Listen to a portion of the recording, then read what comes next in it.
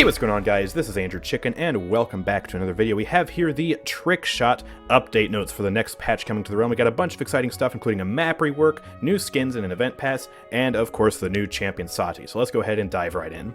Let's see. So, Trickshot, new champion Saati the Trickshot. Let's read her lore blurb in an epic way, as I always do. No expense is spared to be the best of the best. She may work for money, but she makes her money work for her, with the latest equipment to complement her skills. You may try to take cover, but not even solid cover can save you from Saati, the Trickshot. To you, a coin flip is a gamble. For her, it's an opportunity. If you hear that she's after your bounty, you might as well stop running and meet her face to face. Either way, it only delays her next night out.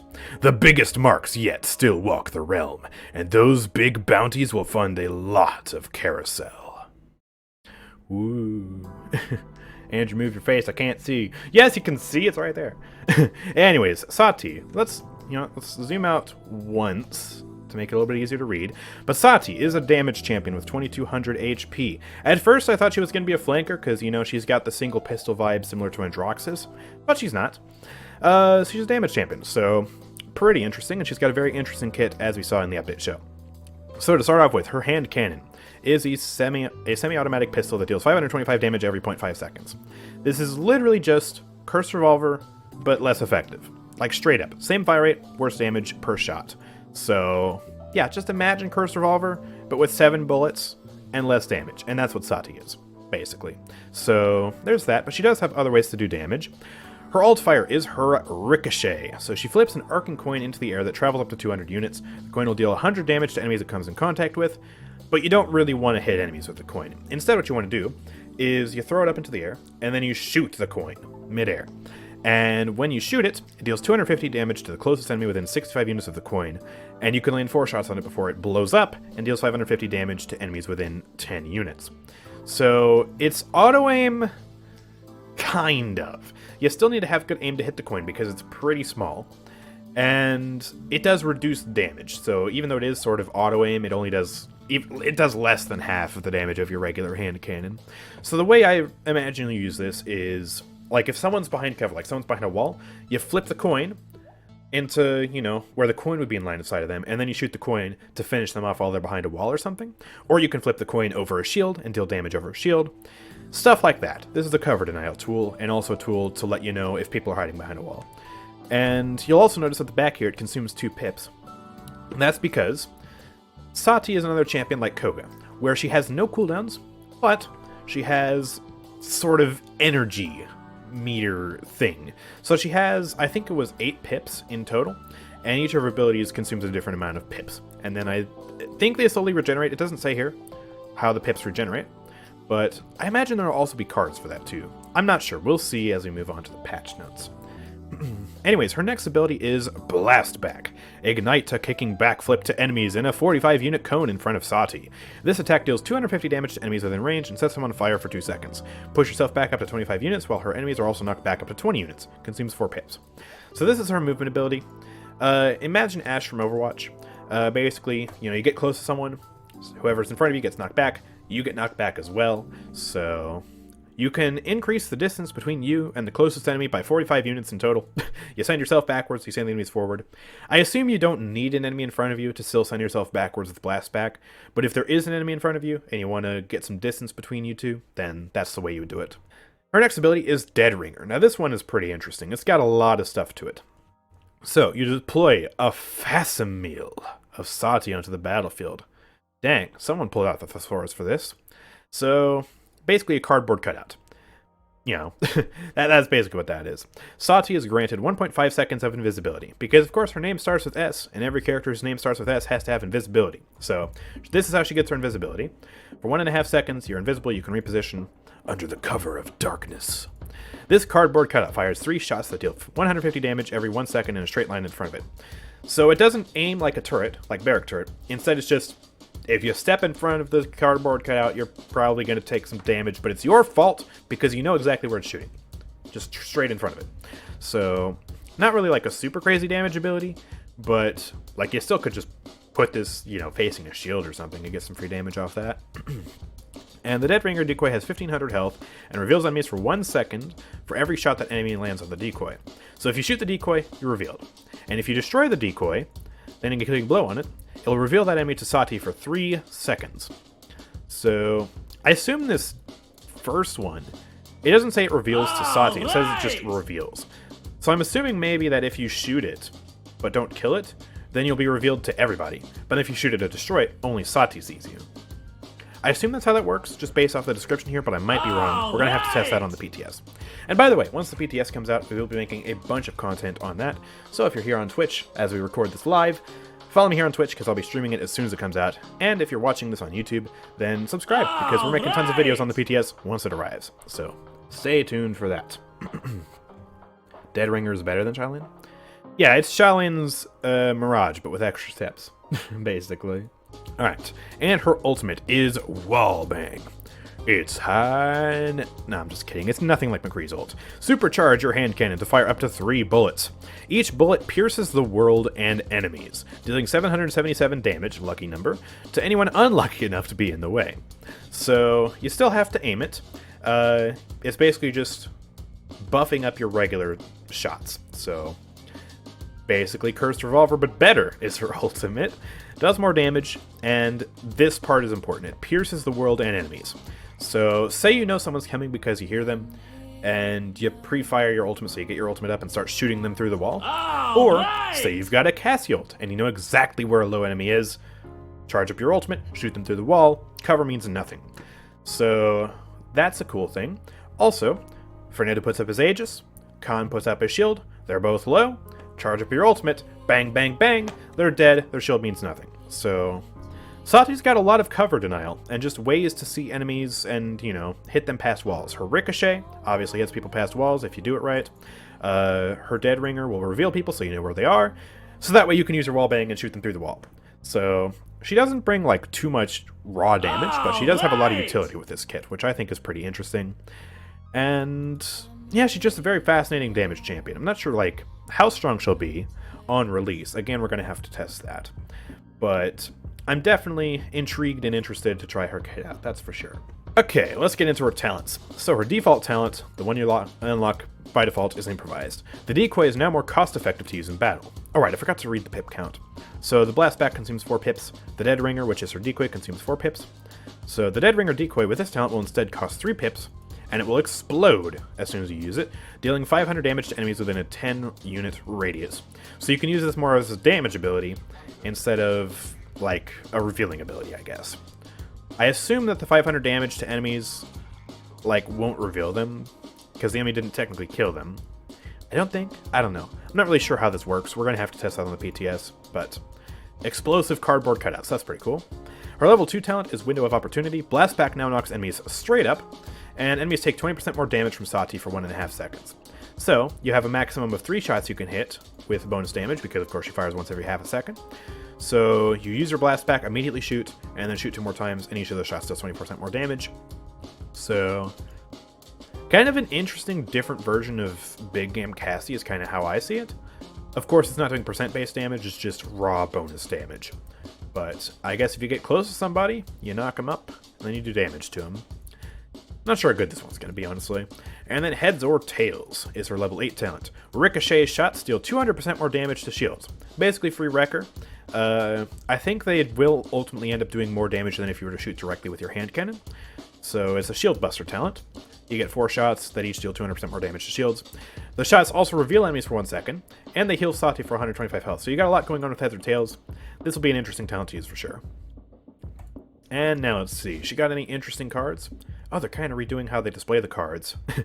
the pictures aren't quite as big anymore, and they now actually coincide with their names. Okay, cool. Yay. Updates to patch notes. Wow, it's riveting. Anyways, she's got extra ammo, extra health, pretty boring. Movement speed after getting a killing blow or elimination, boring. Just raw ultimate charge rate increase, sure shot. So we're going to have some ultimate spam Saati then, with her cards. That's interesting. I'm definitely going to make a build testing this card in it, especially if she has other ultimate charge rate cards too. Hurlfire, let's see. Increase the projectile speed of Ricochet. Okay, so you can make it go faster. Increase the time that Ricochet is out when deployed. So I assume that Costly Physics is going to make it so that you can hit it more times. I'm not sure, though. Also, oh, here we go, more ult charge. Generate up to 5% ultimate charge after hitting your coin. So you throw a coin out, shoot it 4 times, that's 20% ultimate charge. Throw another coin out, costs another 2 pips. Shoot it 4 times. Okay, that's a lot of ultimate gen. So combine this with Sure Shot, with heads or tails. That'll be pretty interesting. And reduce your damage taken after Ricochet is destroyed. Oh, not after deployed, after destroyed. Okay. Interesting. I'm not sure how good this one's going to be. Because you have to shoot the Ricochet and then destroy it. And it only scales up to 15% for 2.5 seconds. So this one might not be that good. I don't know, though. We'll have to see. Her ability 1, her cardboard cutout. Increase the duration of Saati's invisibility by up to 1 second. Okay. Probably not going to be that good because Illuminate exists. Decrease the time between bursts of Dead Ringers in hand fire. Okay, so you can make your cardboard cutout shoot faster. Again, that one's probably not going to be too good because it doesn't aim. It just shoots in the straight line. You can increase the health of Dead Ringer. That one might be fine because you get more chances for them to shoot the Dead Ringer, which means that they get revealed for more. And increase the duration of Dead Ringer's reveal and destruction by up to 2.5 seconds.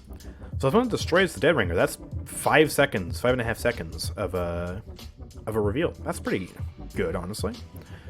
And her ability to closing time, increase your movement speed up after activating blast back up to 30% for 2.5 seconds. That one's going to be really good to combo with her mobility for sure. Also, is that Leon? Oh yeah, that's Leon. Right there. Okay, interesting. Okay. Generate ammo for each enemy hit with blast back. Okay, that makes sense. Reduce damage taken after using blast back. Again, scales up to 15%. Lasts less than this one. I still feel like it'll be more useful, though. And increase the knockback range of blast back. So, knock people off the map with Saati. Hey, cool. Cards are interesting. They're not as interesting as some champions we've seen like Rei or Vaatu, but they're still pretty cool.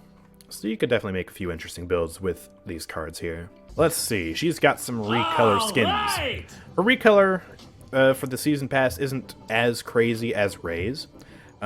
She does take her jacket off, so that's interesting, I guess.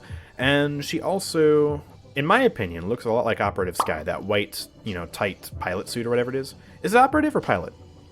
I forget the name of that skin. It's not important. I'll have a picture up on the screen for the final YouTube video, but she looks like that. Looks cool, I guess. And she's also got this red recolor, which is the one you buy for 60,000 gold. Looks pretty hot. Haha, get it? Because she's got a fiery color scheme? I'm so funny. You should subscribe for that. Yeah. And then her gold skin. Just based off the recolor, or just based off the splash art, I mean. Also, let's get like hyper zoomed in for this. Just based off the splash art, this looks like it's going to be a really good gold skin. On the same level as Rei's, and not quite on the same levels as Vaatu's, because of course Vaatu's is perfection incarnate. But, it'll be close to Vaatu's. It looks really good off the splash art. Hopefully it looks as good in-game. And you know what? Let's get the big zoom in for these two, because why not? We're doing proper skin showcases here. Heck yeah. We also got some deep MVP poses. We actually got to zoom in pretty hard for these two, because the gifts are really small for some reason. But we got this MVP pose. Cool. We got this MVP pose. Cool. Not too important. And her emotes. Okay, so her default one looks like... Oh, that looks similar to the Androxus one where he spins his pistol around. Okay. And then her special emote is heads or tails. She just kind of drops a coin on the floor. Nice. Okay, let's zoom back out a little bit and read the Nightfall event pass. So we've got 2 skins in here. Well, technically 4. You've got 2 skins and then their recolors. This one will be... Doesn't say how expensive it is. It'll probably say how expensive it is towards the bottom, but it should be cheaper than the crossover pass, I assume. And yeah, you get, of course, your experience and gold boost, and then you get skins. Let's zoom in. Here we go. So this is Count Corvus, and yeah, he's got a very nice dagger. He's got a very nice weapon. Very nice clothing. He's got, that really sick-looking belt. Not sure what else you'd like about this skin, honestly. I don't know. It's pretty cool. There's definitely nothing else we're going to comment on here about this skin that is definitely not fan service in any way, shape, or form. But yeah, the actual effects on this skin, of course, look really cool. There's a bat when you throw the dagger. There's, I think it's called a pentagram, right? When you use the ultimate in the center instead of like an electric abyssal orb. So that's pretty cool. Very spooky. And then his voice pack reminds me so much of Gentleman Genos. Kind of the same, you know, sort of suave theme. So that's pretty cool. And then next up, we've got... oh, my green screen is fuzzy. Let's focus on the green screen and nothing else, Chad, okay? Don't worry about it. Oh gosh, why is it so fuzzy? Yeah, green! Is this less fuzzy? This is slightly less fuzzy, but it also makes me fuzzy. What if I put this one on? Oh, that just looks worse. Okay, we'll rock with this for now. But yeah, this looks like Demonette Maeve. It looks like Demonette Maeve. Moving on, we've got the recolor for Corvus, which also looks really sick. I love the color palette on this one. The white, purple, and gold is such a fantastic color scheme, and the color placement on the skin looks phenomenal. I can't wait to try this one out in-game. And of course, this is the free unlock. So if you don't buy the event pass, but you level up to level 18, you are still going to get this skin, and my goodness, is it a skin. That looks awesome. I have to say, I love the clothes he's wearing. Oh, crap. I pressed the button. Alright, we're just gonna pretend like nothing ever happened. Seamless transition to the recolor of the Skye skin, which looks like Infernal Ceres. It's got that exact same color scheme going on with the red, the green. Her hair looks blacker in-game, as well as a few other aspects of the skin, which I think looks really sick. And it's a pretty good-looking skin, and that's all we're going to comment on, because we're on Twitch and we're on YouTube, and we don't need to dive any more into what I'm sure you've noticed with these skins.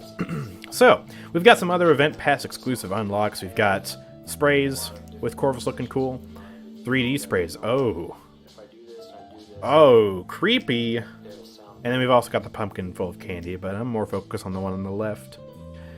Let's see, we got some more avatars here. That Corvus one looks significantly worse than the spray above, I must say. Skye one's looking alright though. Oh, she's doing the day and night blinking thing that Maeve does. Wow, they're really going with the Demonette Maeve theme on this one, aren't they? We've also got some MVP poses which look pretty cool. So we've got Bomb King. They didn't show the Grumpy Bomb in the update show, but he holds his bombs and he generally looks pretty aggressive. Looks pretty cool. And this one I guess comes from the event pass. We've also got some death cards. Uh-oh, spoilers for new skin coming up later in the patch notes. Yeah, okay. Looks pretty good, though. Hey, it's my favorite Eevee skin, right? Yeah. Anyways, we've also got some Trials of the Realm here, which, you know, there's literally nothing special about the Trials. You know, we're probably going to have a few bug quests. We're probably going to have a few quests that nobody wants to do. And we're going to have some cosmetics, which are purely subjective. And also some crystals in here, too. Gold, event pass levels, you know the deal. Static spray. Oh my goodness. That's a spray? Okay. I'm trying my best to keep it together, Chad, okay? I'm trying my best. We've got the animated spray. And we've got some 3D sprays. We got a spooky egg. Ooh. Alright, we've also got a TV, which they did show off on their Twitter. And honestly, I don't care about it. I hate to say it, it's a spray. You know, if you like it, go for it, but I am not going to use that. Avatar, we got Spooky Vora with some makeup on, making her look like a skeleton. Or maybe she is a skeleton. I don't know. We've also got some MVP poses. Oh, that Grok MVP pose looks sick. He is riding the lightning. Oh, that's awesome. And we've also got this Buck emote, where he just kind of cheers. Alright, cool. Buck hasn't gotten a new emote in a while, so I'm fine with that. Would love to see some emotes for some other champions too, but, well, Buck needs it, so that's fine. Alright, we've got some limited time modes. So we've got a few revealed here. We're going to have 4 unique limited time modes, and 3 of them are being displayed here. And then 4 previously popular modes that'll rotate throughout the patch cycle, so 4 new, 4 old. Here's 3 of the new ones. Cosmic Death. Genos moves at the speed of light, or rather as fast as time and space will allow him, so not quite at the speed of light. Again, he's a crappy god. He can't actually move at the speed of light, unlike some real gods, which would be really, which are cooler than Genos in every single way. Genos is freaking lame. He's a faker. I don't actually think he's a god at all. But, yeah, he gets extremely fast ultimate charge rate and blazing fast movement speed. Wow, I'm fuzzy! I didn't even notice. Oh my goodness, my green screen is a mess right now. Okay, what if we do this? Okay, that's fine. You know what? Technical difficulties, don't worry about it. Andrew's salty because he doesn't have gold on Genos. Not just that, I think Genos is genuinely just lame. Anyways, ROM page. All ROM, all chaos. Wreak havoc across the realm with all players as ROM, featuring decreased cooldowns and a whole lot of boredom, because this one sounds boring to me, honestly. I mean, I guess if you like ROM, this will be fun, but it just sounds like the one where you had 5 ROMs versus 5 Ashes and Nandos and stuff like that, but even more boring. Because ROM isn't that exciting while fighting other ROMs. We all know what ROM 1v1s are like. They're just holding left mouse button, and nothing dies. Claws Out. Tired of getting sniped from a mile away? Come on down to Claws Out, featuring all Kogas with claws without energy drain, alongside decreased agility, cooldown, and damage. That seems manic. That seems crazy. Honestly, despite how lame Genos is, he's probably going to have the most fun one of the 3 here, just based off my predictions. So, yeah. Anyways, customizations. We got some more skins coming. So we've got Pumpkin Patch Rei available in the spooky, scary chest on September 15th. So, Rei's already getting a skin, just like all the new champions have a skin. We've got an Octavia skin with her Beach Bash skin. We've got Vatu's very spooky Mayhem skin. We've got, Vora's Star Sister skin. We've got Corvus's Pyre Magnus skin, and now his new Vampire skin. What? Yaggroth's not a new champion? What? Huh? That's not a new champion at all. No, what? She doesn't need a skin? What are we talking about? What do you mean Yaggroth doesn't have a skin?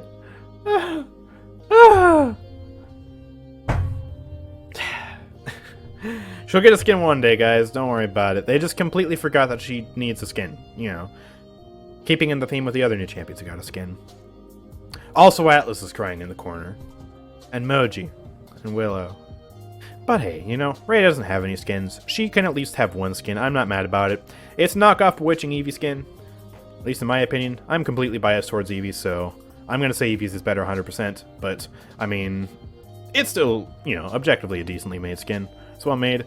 And as we saw in the update show, it does have custom effects on everything. Like her beam, her ultimate, her healing particles, all that stuff. So, yeah, Daddy Mouse is probably going to give this one a high rating.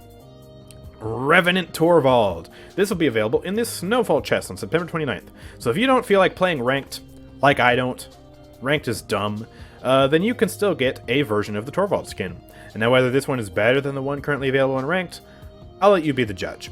Personally, I think this looks really cool. I like snow, and this one looks like snow, so I'm down. It looks awesome, and I'm definitely going to buy this because, holy crap, it's a Torvald skin that looks awesome. Even though it's a recolor of something that came out 6 months ago, still, it's a good-looking skin. And then we've also got Barebones Dredge. This is quite possibly the worst skin this update, if you ask me. So, there's several things wrong with this skin. First of all, it looks even worse in-game than it does in the splash art, because he's got some sort of weird green tinge on all of his bones. But then this is also literally just, Dredge is a zombie pirate. This skin is more zombie, more pirate, and then it stole Merrymaker's weapon and made it black. So it doesn't even have a unique weapon color, or a weaponry skin. That looks like the default harpoon. It's not good, if you ask me. I mean, again, if it's your cup of tea, it's your cup of tea. Skins are entirely subjective, and if you like the Dredge skin, then go for it. But personally, I'm not going to be picking this one up, especially because it's an Event Pass exclusive in the Bounty Store, which means I'm probably not going to be able to afford it anyways, given how ridiculously expensive everything is. I still can't afford the Eevee skin, or any of the other skins that have been there. Anyways, we also got some gold skins in Inara mains. Get hyped. It's a golden Inara skin, and just based off the splash art, the color placement on the skin looks phenomenal. Like the black, like the gold, she's looking great, and of course, she has her golden staff to match.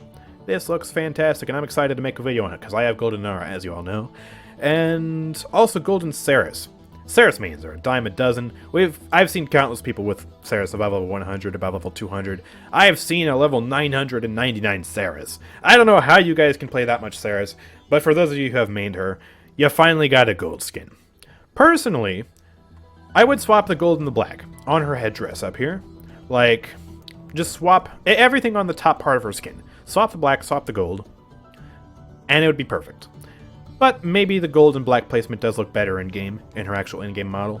We'll just have to see. Hopefully it's not a dud of a gold skin because, I mean, if you upset Saris mains, that's like a good 50% of the community, at least. Probably a good 75% of the community. Everyone's a Saris main, so this had better look good in-game. But off the splash arts alone, I would say Inara's gold skin is better. I don't know. We'll just have to see. Anyways, there's also a mount. Oh my goodness, there's so many freaking cosmetics, dude. This is actually not a new style of mount. It's not like a whole new species of mount. Like we have our prowlers, we have our horses, we have our mechs. Or not our mechs, our speeders. This is actually a speeder mount, which blew my mind. But it looks phenomenal. It's going to be a DLC purchase. I'm probably going to buy said DLC purchase, because this mount looks awesome. It's one of those whales that we see flying around Ascension Peak. That's great. Okay, so we've got more Pride avatars. Hey, cool. So we've got genderqueer, gender fluid, demisexual, agender, polysexual, and straight ally.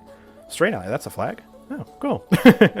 Well, lovely. Lots of more new flags. If you want to express yourself, and you weren't able to express yourself before, now you can express yourself even harder. Heck yeah, dude. I like this, honestly. It's one of the things about Paladins that I like. Even though I'm not a part of the LGBTQ plus community, I still think it's a really nice thing that these are in the game. And we've also got some fall community avatar submissions. These avatars look pretty cool. Oh, and they're animated. We weren't able to see this in the update show. Holy crap, that Corvus one has got so much more to it. He turns evil. That's cool. And my personal favorites. The Screech Androxus looks cute. This Corvus one looks even more sick now. Now that's not just static. Io Blinking actually is pretty decently cute. Also, is that like is she wearing like a witch hat? Where's my witch Io skin? That'd probably be better than the two skins she has. But yeah, cool looking avatars. Hey. And some chests. These are the chests that's going to have the new skins, and also some old skins in it too. Like this one, the Spooky Scary chest, going to have some old returning Halloween skins. Demonette Maeve, Akuma Makoa, Trick or Treat Talos, Wicker Man Maldamba, Bewitching Eevee, Pumpkin Bomb King, Nightmare Fernando, and Dark Lord Torvald. All the Halloween skins. So if you haven't had a chance to get the Halloween skins, this chest is just full of them. And we've also got the Snowfall chest coming in September. A little bit early for Snowfall, but I like snow, so I'm not complaining. We got the Revenant Torvald skin, of course, and then some other snow-themed skins. Direwolf, Tyra, Abominable Terminus, Aurora, Furia, Merrymaker Leon, and Merrymaker Dredge, Abominable Bomb King, and Sugar Plum Willow. I'm probably going to have to buy multiple ones of this chest. I'm going to buy this chest for the Revenant Torvald skin, but I'm probably going to accidentally get Sugar Plum Willow in it first. And I don't want Sugar Plum Willow. I'm going to get it anyways, because RNG is just never in my favor. All right! Also, some other chests. Playtime with Cuddly Moji, Code Green Comms, Victor, Kylie Makoa. So we've got like some toys in here. Starslayer Ruckus. Mermaid Ying. I'm not sure how she's a playtime thing, but okay. Also, here we go. This is one of the biggest features of this update. Now, Stonekeep is getting a rework. Personally, Stonekeep is one of my favorite maps in the game, if not my most favorite map in the game. Layout is fantastic. It looks gorgeous. And when I heard about the Stonekeep rework, I was a little bit disappointed that they weren't going to be reworking a map that needs it more, because Stonekeep is fantastic. But after seeing the reworked visual design in the update show, and also in the trailer and stuff like that, I'm on board 100%. This is... When they reworked Timbermill, I thought that was the best looking map in the game. And now, they've completely topped it, 100%. Stonekeep is the new best looking map in the game. We've got some developer commentary here. They wanted to accomplish two main goals with this. They wanted the color scheme and architecture design to very obviously reflect that Stonekeep is a magistrate city. Kind of similar to the fact that Magistrate's Archives, when it got its rework, it turned red and spooky. So this one is kind of just making it more thematically consistent. And also they wanted a new, much more urban environment. Even more urban than Trade District and other urban settings before. So that's cool. The sheer cliff drop is gone, replaced by a wide swath of additional city buildings across a broad canal.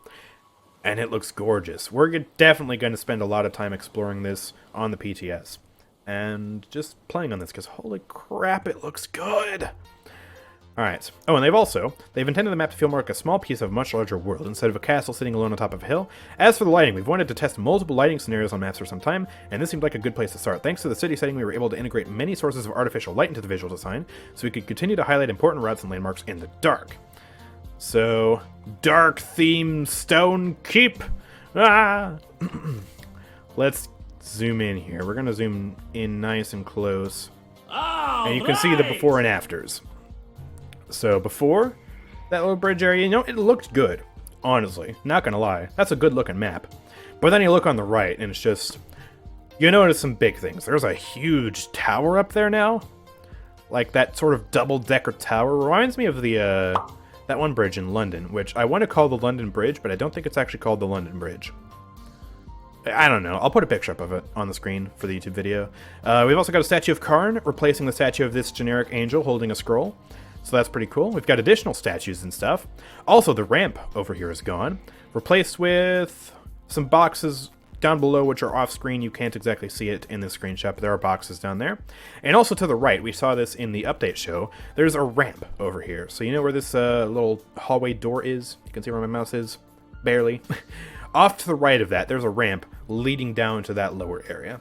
So a bit of a map design shift, but for the most part, it's still the same old stone keep we know and love. And it looks amazing. Here's some more pictures of the before and after. It's been completely illuminated. You can see lights in all the buildings now. There's a clock tower on top of this now, and it's just generally much taller and much grander. And also you can see in the background before where there was just nothing. On the right, there's a tower back there, and there's a whole entire cityscape. It's so cool. We've also got some lanterns replacing the trees, which means you won't be able to use the trees as cover now. There'll be less jank involved with that, and it just looks cool. Even more visual updates. Honestly, this is one of my favorite pictures of Stone Keep. On the left, I really like that. It looks great. But then they improved it 10 times over on the right here. First of all, it's no longer broken, this archway now. You've actually got an additional entire arch, like an additional pillar there. More boxes, and you can actually see the boxes I was talking about right here. So you'll be able to use those boxes to get up top now. And there's no ramp there. And yeah, just look at that. It's so grand and gorgeous. Wait, is that the same...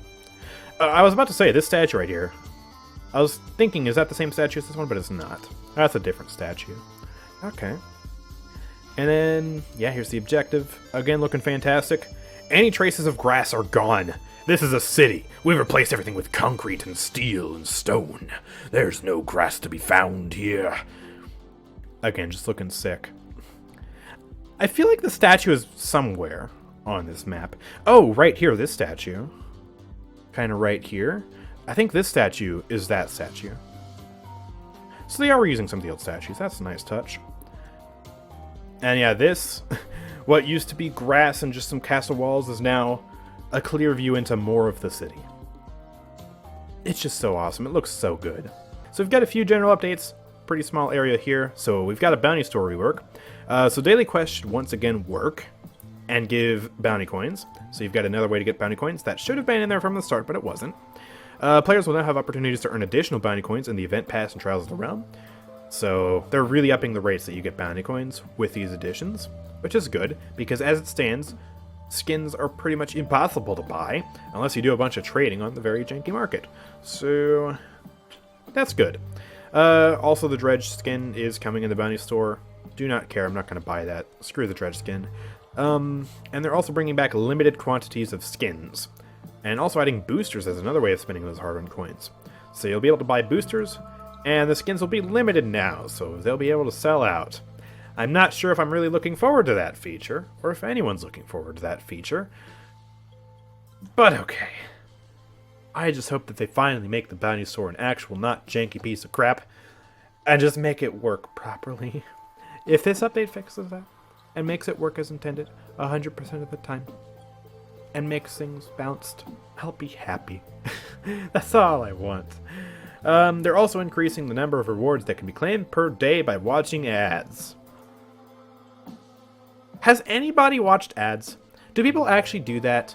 Comment down below on YouTube or let me know in the chat if you actually watch ads. Because I don't know of anybody who watches ads. I really don't. What the heck, man? They've also adjusted the blacklist, of, well, Cassie. Apparently you couldn't type Cassie without getting asterisked out if you used the profanity filter for, well, that.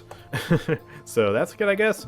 And they've also, this is what I'm looking forward to, they've updated the Champion Mastery Rewards. With regards to reports that Mastery Rewards weren't correctly awarding the expected rewards, we believe this has been fixed. That doesn't sound very certain, but hopefully I'll get my Golden Geno skin that has been locked, that I never actually unlocked, despite getting Golden Genos a week before his freaking gold skin was released. And player account name will be useful in tracking down any further problems. So if I still don't have my gold skin, I guess I'll have to get back in contact with them or something. Oh my goodness. Next up, balance. We've got a bunch of balance changes. Now, they didn't go over all of these in the update show. In fact, they didn't go over most of these. So there's a lot of juicy stuff we're going to dive into here. Developer commentary. I guess let's read that first. As Paladins continues to grow and evolve, we continue to refine the methods in which we determine which changes should be made in every given patch. This includes a strong data-driven approach mixed with valuable feedback solicited from our Assembly of Champions, our official social media channels, our Discord, and others. Okay, cool. These changes address some of the champions who are currently under or overperforming, as well as champions who are perceived to be strong or weak, and would therefore benefit from seeing changes. In addition to the changes going into this update, we have other ideas and changes already on the slate for future updates as we continue to work with you to help keep Paladins on top of its game. Okay, so these should be really good changes then, according to this dev commentary. And we're starting off with Androxus. They're reducing the range of his punch, Defiance. Okay, so they're making his melee more like a melee. That's fine, I guess. And they're also reducing... I knew this was going to happen eventually, but I'm sad to see it happen. Buying time is the card on his reversal, which would make it so that you could get up to 10 ammo by activating reversal. But because they took away his max ammo card, you only needed to have the card at level 3 to get 6 ammo back, just by pressing reversal. So it was way overperforming, and they have scaled it back, so now you can get a maximum of 5 ammo by activating reversal if you max the card out. It was so cheeky, and it definitely was not intentional, but I'm still kind of sad to see it go, because now I gotta rework my Godslayer builds again. Still, though, I mean, that's fair enough, I guess. Alright, Atlas. Woo! Okay, Atlas buffs. Unstable Fisher is getting an increased range from 20 units to 25 units. Good. I've always felt that Unstable Fisher had what was a nice talent, but needed a bit of a range buff. Granted, I think it'll still probably need a range buff, but this is a step in the right direction. And they're reverting part of the nerf to Temporal Divide. Instead of having a cooldown penalty of 65%, they nerfed it, or they buffed it to 55%. So... yeah, I played one match with Temporal Divide as Atlas off camera, and it went horribly. Like, having, what was it, almost a 30-second cooldown on the Temporal Divide? Did not feel good. So, I'm glad for both of these changes, especially as someone who's going to get Atlas to level 50 very shortly. This is nice. We might wait until next patch to do it, just because I want to play some more Unstable Fisher. Alright, Cassie, let's see. Crossbow, increased projectile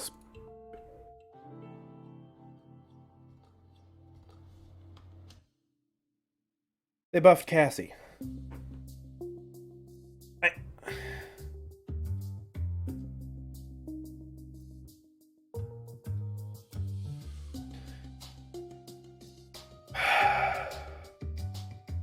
Alright, I need a second. They buffed one of the strongest, if not the strongest champion in the game, for damage.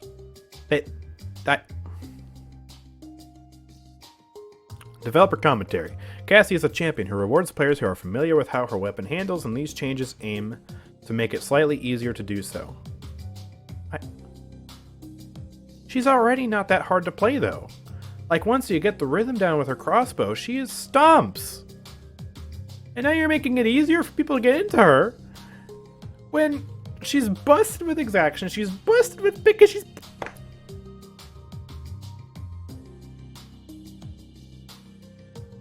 Granted, these are small buffs, but the fact that they're buffing her at all makes no sense. Alright, Corvus. This is a change that they showcased in the update show, and quite frankly, I'm confused. Because in my opinion, Corvus's damage is perfectly fine. He has, what is it, roughly 900 damage per second? Hold on. Okay, so Corvus does 70 damage every 0.7 seconds. So 70 over 0.07 is over 0.07. Calculator work. That's 1,000 damage per second, precisely. And you can hit headshots on top of that. So he's already got among the highest DPS in the support class, if not the highest DPS in the support class, and then they're buffing it further. Why? I don't know. Because, like, they buffed Stunning Visage, right? So Stunning Visage is a fantastic damage talent. And then he already had 1,000 damage per second on top of that. And then they're making his damage per second even higher. Let's see, what is 74 over 0.07? 1,057 damage per second. So it's a 57 damage per second increase. It's not going to be like... It's not going to break the game or anything, but still, why? I don't know. They also increase his maximum effective range. So, more range. That one's fine, honestly. And then they also increase the cooldown reduction when choosing not to teleport to your projection. So if you're using Stunning Visage, you can throw it as a stun, not teleport to it, and you'll get it back a little bit faster now. Or if you decide not to teleport because you either threw it off the edge accidentally, or, you know, there's an enemy waiting to kill you or something like that, that'll be helpful. And apparently the developer commentary is Corvus is slightly underperforming in areas not surrounding his healing output. In my opinion, it's the complete opposite situation, but I don't know. Eevee buffs. Now, as an Eevee main, I am completely biased into saying this is a fantastic thing for Eevee. But I don't know how you guys feel about this, chat, or people in the comments. So, I don't know. Let's see. Reduce the time until teleport in half. So she teleports 0.1 seconds faster now, which means as soon as you press blink, you're going to have less of that lag, where like, oh, I teleported but I still died because I got shot where I was originally. That's going to happen less. And then Over the Moon got buffed. Over the Moon definitely is her weakest talent. There's just not as many use cases for it as Snow Globe or Wormhole. So they are buffing it. And that's fine by me. Honestly. Anyways, let's see. What's her developer commentary? Eevee is in a solid state. Does life block count? Haha, punny. I bet Nico wrote this. But we feel that Over the Moon is underperforming slightly when compared to other talents. Agreed. Reducing the pre-fire, the time it takes before the ability activates of Blink, will be a nice quality of life for change for Eevee players. I agree. Yes, Eevee buffs. I will slurp them up and take them all day because I love Eevee. Okay, Fernando, Aegis is getting nerfed heavily. So, you need to have more resources to bring your shield up. Instead of having 15% to refire, you need to have 20% to refire. They reduced the base rate of shield resource generation by 11%. So, yeah, it's going to recharge significantly slower. They also increased the time after taking damage before full rate of recharge begins. So again, for 8.7 seconds now, before it recharges faster when you put your shield down. And they also finally added something that should have been in there from the get-go. They added a 1.5 second delay after the shield is completely destroyed before recharge will begin. Sort of similar to how when you destroy Khan's shield, you have to wait until it gets back to 50%, and until then, you can't activate it. This is something sort of similar to that. So if your shield gets destroyed, you got a 1.5 second cooldown. So Aegis now has a talent which takes the cooldown away of the shield, but also has a cooldown? Question mark? I don't know. Aegis got nerfed, and good, because it's way too strong in its current state. Grover also got a nerf. Now this one is interesting. So currently Deep Roots will root enemies hit and will chain between nearby enemies up to 3 times. So, roots 3 people. Pretty strong.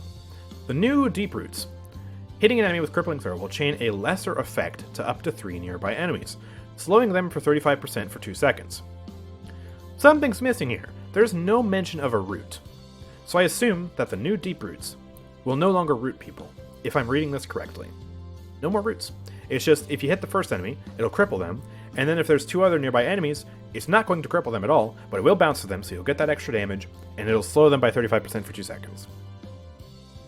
So, Ferocity meta? Question mark? Rampant Blooming meta? Question mark? I don't know. This is a super hard nerf to Deep Roots. Alright, and now we're getting into another change which was not actually shown on the update show. Octavia buffs.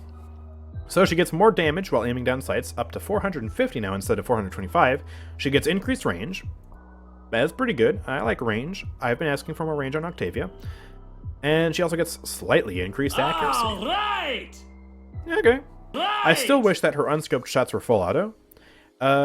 Just because it's a similar fire rate to, you know, Strix's pistol, for example. Which, you know, let's skip Sarah's real quick. Strix's pistol is now fully automatic. Give full auto status to Octavia's weapon, too, when it's not scoped. Just do it. Please. It wouldn't be that hard, right? If you can do it for Strix. Please? Strix also got a buff to his Talon rifle. It fires slightly faster now. And he has reduced recoil on the pistol, so some quality of life changes for Strix. Still probably not going to see him too high in the meta, but he's going to be better now, and that's great.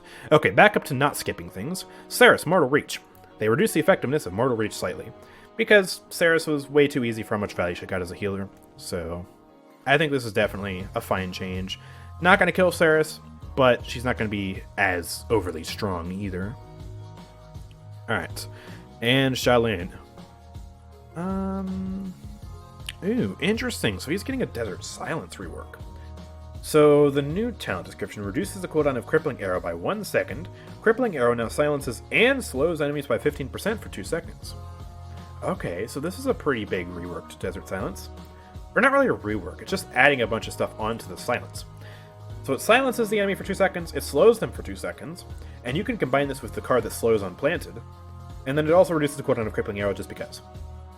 Okay, that's cool. I'm still not sure if it'll overtake Sand Trap in the meta. It might. Not sure if it will, though. I don't know. We'll have to see how that one feels when actually playing it. We'll see how much more impactful it is, or if it's not really that impactful at all. I don't know.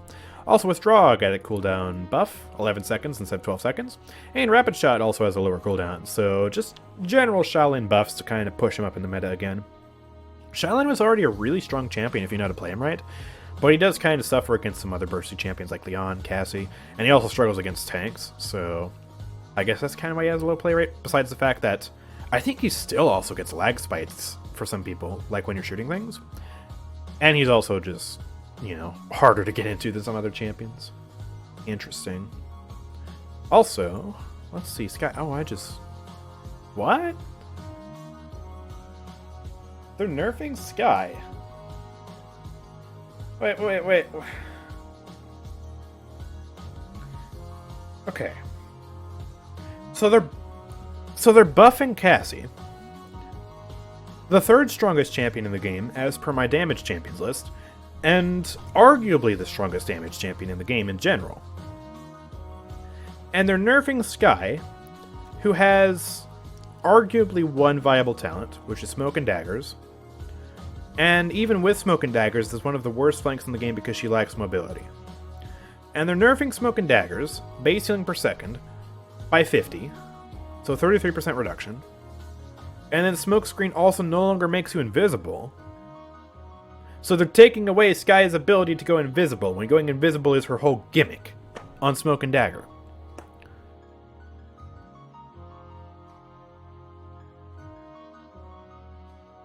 I feel like the dev commentary at the start of this was a lie. Who is asking for Smoke and Daggers to be nerfed in this way? And who asked for Cassie buffs? Some of these changes are fine. I'm fine with Strix getting full auto on his pistol. What's up with Cassie and Skye? Okay. Anyways, moving on. We already covered Strix. And Terminus. He's getting a nerf. Okay. So they increased the resource consumption of his power siphon up to 22.5% per second instead of 20% per second. So you'll be able to have it up slightly less than 5 seconds now. Alright! Good. Power siphon is annoying. You play against a Terminus with a good power siphon build, and the only thing you're shooting is the siphon. Especially as a tank. So that's good. He is one of the strongest tanks in the game by now, no question about it. And this tone back is needed. Tyra. Ooh, okay. So they're reverting the change to In the Fray in terms of the damage reduction buff they gave it. So instead of scaling up to 25%, it scales up to 20%. Still not going to stack, obviously, but they nerfed it back down to 20%. Still not going to make that much of a difference, honestly. I mean, it's still almost permanent 20% damage reduction within the Fray. And then Nade Launcher also does 50 less damage. That is a damage tone back, and in some niche cases you're probably going to notice it, but it's still probably going to work well as a finisher, and I still don't think it's going to affect her that much. Slight tone backs on Tyra, that's good.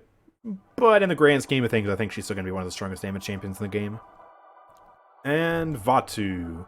Last balance change to talk about. He's getting a nerf. Enveloping Shadows is reduced effectiveness from 15% to 12%. Definitely think Enveloping Shadows is his best talent, by far.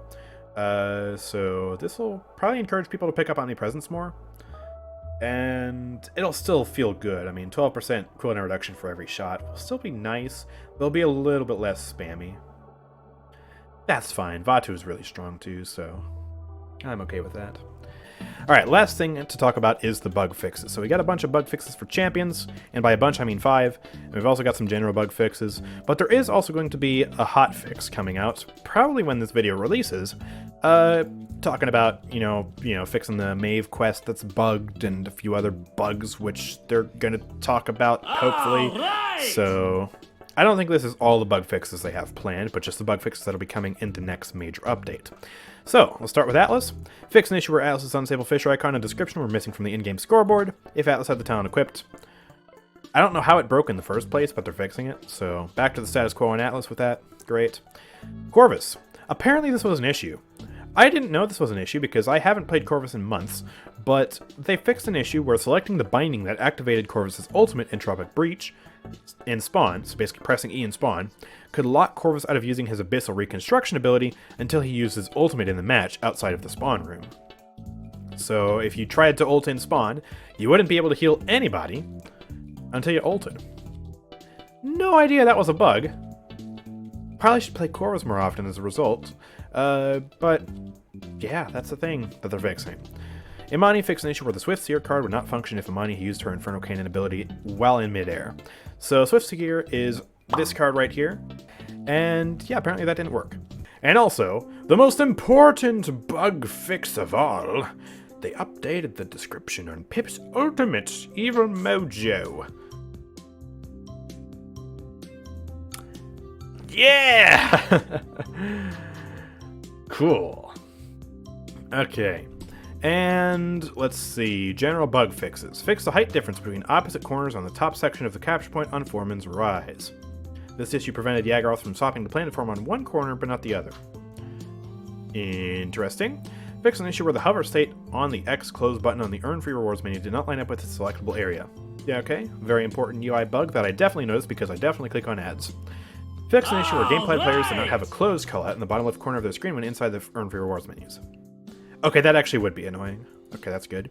Fix an issue where gameplay players would be unable to select the option to use a skin booster if they were previewing an unknown skin in the match lobby. Okay. And fix various issues related to translation and message display errors. That's also probably pretty good. Nothing I would outright immediately notice, especially not on translation, but still good nonetheless. And like I said, they're going to be releasing hot fixes, more bug fixes, hopefully. So, yeah, fun. So, a lot of really good skins this patch that I'm looking forward to. Not looking at you, Dredge. Get out of here, Dredge. Ugly. A few good balance changes. A few very questionable balance changes, Cassie.